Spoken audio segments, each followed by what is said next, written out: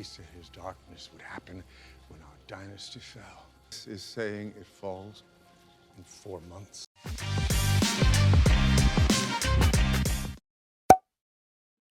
It's finally back with season 3, and of course I'm talking about Foundation. I know it's one of the shows a lot of you guys who follow me on here have been waiting for, and obviously so have I. But as always, I'm Al, this is the Geek In Review, so let's get into Foundation Season 3 Episode 1. So, before I get into any spoilers or breaking down the video or anything like that, I'm going to do some non-spoiler talk first. So, we've had a few clips of Season 3 already, and we knew that the Mule was coming from the setup from last year. Fans of the book, or at least people who have read it, why would you watch the show if you're not a fan of the book, I suppose? This is sort of one of the big seasons, or one of the big story arcs a lot of us have been waiting for. The Mule and the second Foundation have been set up very differently in the show compared to the original source material. And I know a lot of people aren't happy about it, so comment your comment in the comments. So let's get to it, and it opens with another monologue of Gaal. I've watched the Foundation grow, an empire decline faster than anyone could have predicted. Of course, referring to what happened to her and Hari at the end of Season 2. So it isn't really just a monologue, it's also a little bit of a catch-up where she actually reflects on how old she is, because at this point in the story, she's over 300 years old. She mentions that she's seen Empire grow and Empire shrink, and it's 152 years later, and the Foundation is now a major power player, completely controlling the outer reach and beginning to move into the middle systems. One planet, Calgon, is sort of a space pleasure planet, think Ryza, think Vegas, that sort of thing, and this is sort of key middle ground that both the Foundation and the Empire want to occupy. Basically, whoever controls it controls the balance of the other worlds. Now, straight away, we meet the Mule and the bad guy we've all been waiting for. Archduke Balerion? You are the Mule? And yes, I know that the actor that he meets is the guy that's going to play Galactus in the Fantastic Four, and I also know the Mule is recast, and I'm going to get to that later on. But this is a huge force just waiting for one guy who it turns out isn't armed and has absolutely no fear of them at all. It's this guy to install him in power, as it'll draw both Empire and the Foundation's attention. And that's what the Mule wants. He wants the confrontation before both these powers in order to decimate them and take them over. I mean, it's such a great entrance by the Mule.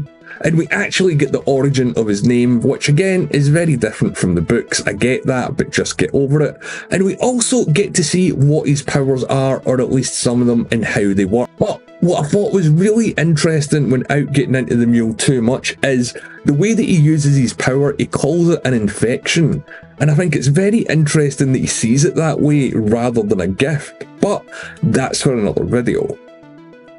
So basically, that's why he's such a big threat, and I've already done a video on the Mule from last season, so check that out. And I have to say, I'm very happy with that intro. After the opening credits, we sort of get a catch up on where Empire is.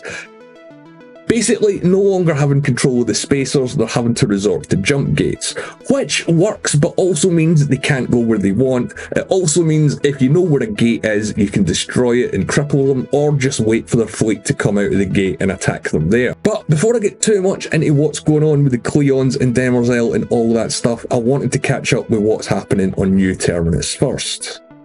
Now, the Foundation have a problem in that they have grown quite big at this point. They encompass nearly 1,000 planets. And because they're such a big organisation, there's people unhappy within it that want to break away and do their own thing. So the Foundation is potentially going to split from within, which is obviously great news for Empire and the Mule.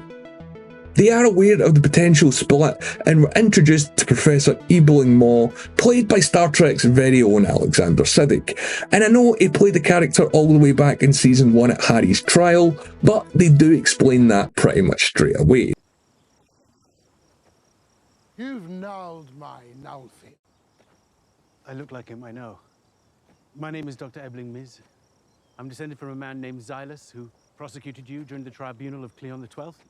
And this guy is a Hari Seldon superfan, the likes we've never seen before. He's not just a fan in terms of he worships him, he's an actual scientist as well and a student of psychohistory. But Hari's not that impressed with what he's offering, as this guy thinks that the split in the Foundation is going to be the third crisis. But what's interesting as well is straight away Hari makes known, or at least makes reference to the fact that the real or flesh and blood Hari is still out there. He takes the Professor inside the vault and they bring each other up to speed on what's been going on. Hari does make him aware that he gave away the Prime Radiant to Demerzel over 150 years ago, and he lets him know what his next move is going to be. And this is a much more relaxed Hari until the Professor begins to challenge him. Because Hari doesn't really like getting questioned too much, because one, he can't answer it, and two, he doesn't really like being challenged on that level. A Foundation team led by someone called Pritchard, who is an important part of the second Foundation novel, are on the planet that the traders occupy and need to report back as they found out that Empire's arming the traders, whose leader is called Randu Malo. But yeah, I know how big Pritchard is in the novel, and if you've read the story, please don't post any spoilers about it in the comments. Big Star Wars style race where they have to get evidence back to the Foundation of the Empire's involvement, and this is all the stuff we've seen on the trailer, but my god does it look great. I know this chase scene might not be for everyone, and I did think it was slightly too long, but on every level I will say I do think this is the best looking episode of Foundation. They get a message on the journey home about where the Mule is, so this Foundation is looking for him as well. We also meet the new leader of Terminus. Now this is where it gets interesting, as the Professor mentioned it earlier on, that Terminus is now like a monarchy rather than a government, but Pritchard hands over the evidence about the traders and the Empire and also mentions that the Mule might be a threat as well. Now this is where it gets very interesting, and I wonder if you picked this up. Pritchard thinks that the Mule is a mutant, and he's not wrong, but what's interesting is how the Mayor of Terminus reacts. He doesn't believe that people like this exist, so therefore doesn't see the Mule as a threat, but of course Pritchard does. Defying orders, Pritchard decides to flee New Terminus, investigating the threat of the Mule. And that's pretty much where the New Terminus stuff wraps up. Now, of course, the thing we look forward to every season is the new version of the Cleons, and my god, these guys are different. As I mentioned at the start of the video, having to use gates now because they've lost access to the spacers has dramatically reduced the size and the scope of the Cleons' reach. They don't control a fleet anymore, they're more sort of working with the Galactic Council. Now, the Galactic Council I've mentioned in videos before, and they've popped up in the show. The last time we seen them was at the end of season 2 with Demerzel just before she decanted the new Cleons. And I did say in my theory video, or I think it was my trailer video, that I thought we'd see more of them this season, and straight away we're getting them in the first episode. We meet this era's Dawn and Demerzel, who are on their way to meet the Galactic Council, and she of course is studying the Prime Radiant that Hari gave her. She knows enough to know that a third crisis is coming, but she's also noticed an inflection point that's just appeared as well.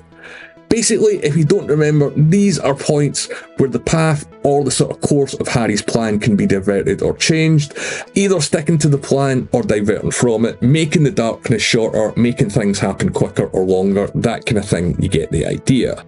The Galactic Council are now seemingly having more of a hands-on approach to running their individual territories, but there doesn't seem any sign that they're going to try and oust Empire yet. And this Dawn is very much closer today than the previous Dawns that we've seen. The reason that this is because he's about to become Day himself in less than 2 weeks. So when he goes to the Galactic Council, he does address them, detailing how the Foundation has expanded. The Foundation has about 800 planets. The Empire still has thousands, but they are concerned about what's going on. This Dawn is here to tell the Galactic Council that there's a fraction inside the Foundation called the Merchant Princes who are hoping to spring out on their own. So this is him selling the idea to fund and arm these guys to break away or at least weaken the Foundation and hopefully win back some territory as well. Now, what's interesting, and they do mention it, is that Day is notably absent with no real reason why. They jump back to Trantor where we meet this era's Dusk, who of course is getting ready to become Brother Darkness. In fact, he's viewing the ceremonies of previous Dusks and they talk about Cleon the 17th and how he lost the fleet and this has started to fall. Dawn brings him up to speed about the Galactic Council and they do talk about the Mule, but don't really see him as a threat either. Dawn is more interested in his soon rise to power, but there's a lot going on here in this conversation, and the Cleons' view of themselves has completely changed in the last 150 years. Run, man! We also see through the various versions of Dusk how they approach their final ceremony and their ultimate death, all taking it slightly differently, which of course is all due to the genetic alterations that they've had over the last 300 or so years.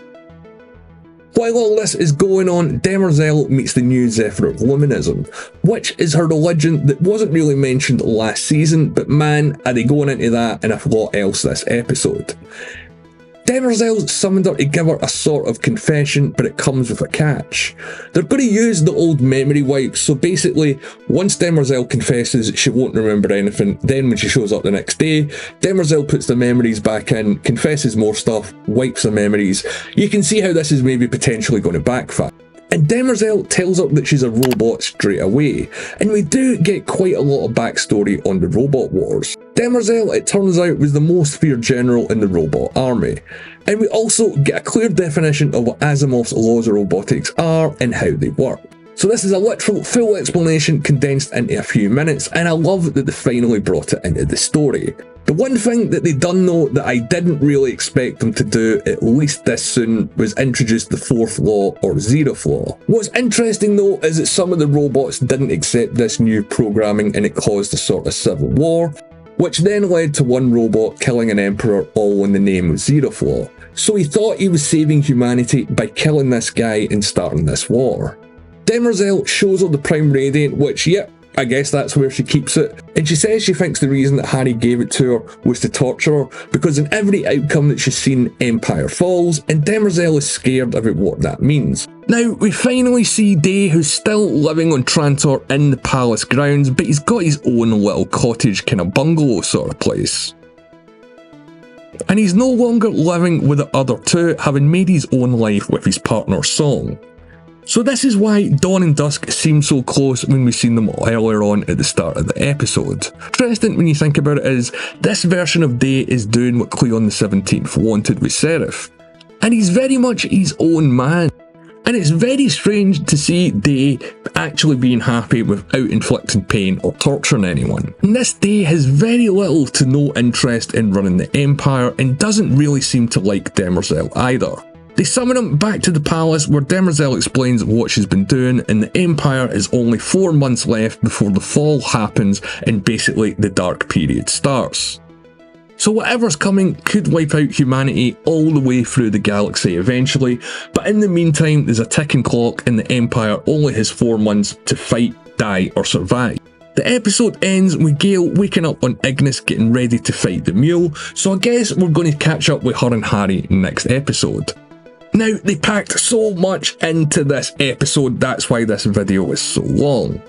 And straight away, this show generally feels overall bigger this season. I mean, the effects are just absolutely magnificent, and I keep saying it, this is just the first episode. And what an opening scene as well. We get a great entrance by the Mule, but I'm not really sure I'm digging the look yet. But his introduction, the way that he explains everything, what he can do, what he wants and what he's prepared to do it, absolutely make the audience and the viewer and the people that haven't read the books understand where this guy is going. As I said in previous videos, my Season 3 theories were right in that the Galactic Council are playing a bigger role in events. Now the Cleons are on the way out. Are we going to get to see more of them? I honestly don't know, but I can see that there's probably going to be some sort of plan to take over or steal power or territory or something like that. One thing I didn't see coming and they kept out of all the promotional materials was the fact that Alexander Siddig was returning as a descendant of a character from season 1. And that was an absolutely phenomenal surprise, because I initially thought, wow, that's a bit weird, they're casting this guy in a different role. But then the writers had the opportunity to get ahead of the fans and the watchers and decided to do it, and they explained it all away, and yeah, it made sense, but I also understand if you didn't like it as well. But the real standout this episode, of course, is the Cleons. We've never seen a dawn, day or dusk like this, and Lee Pace still brings something new and different to the character each year. And of course, this day is the most radically different of them all, so I wonder, is he going to fall back into more traditional day behaviour, or is he going to do the opposite and rebel and be a little bit more against his brothers in Demerzel? And the fact that they can still make these characters, which are essentially the same guy, feel totally different, new and fresh after 3 seasons is an absolute testament to how good the writers are on this show. But that's it. I absolutely love this episode, if you couldn't tell already. I've watched it several times and I just keep picking up slightly different things that make me think and wonder where the story's going to go. But as always, I want to hear your thoughts. Did you enjoy the episode? Do you agree that it's one of the better looking ones? What did you think of the Mule's introduction? What do you make of the 3 Cleons, especially Brother Day? Let me know in the comments below, or you can reach out to me on Twitter at The Geeks Reviews. If you made it this far, as always, thanks for watching. Leave a like on the video if you haven't done it already, and hit subscribe as well. I'm going to be doing a ton of theory videos and Foundation Season 3 videos, so make sure you're subscribed so you don't miss that. And I'll be posting when I'm going to be doing the live streams as well. I'd love to have you back if you were there for the Season 2 ones. We had a lot of fun doing that, and I'm looking forward to doing it again. And as always, my name's Al. Thanks for watching.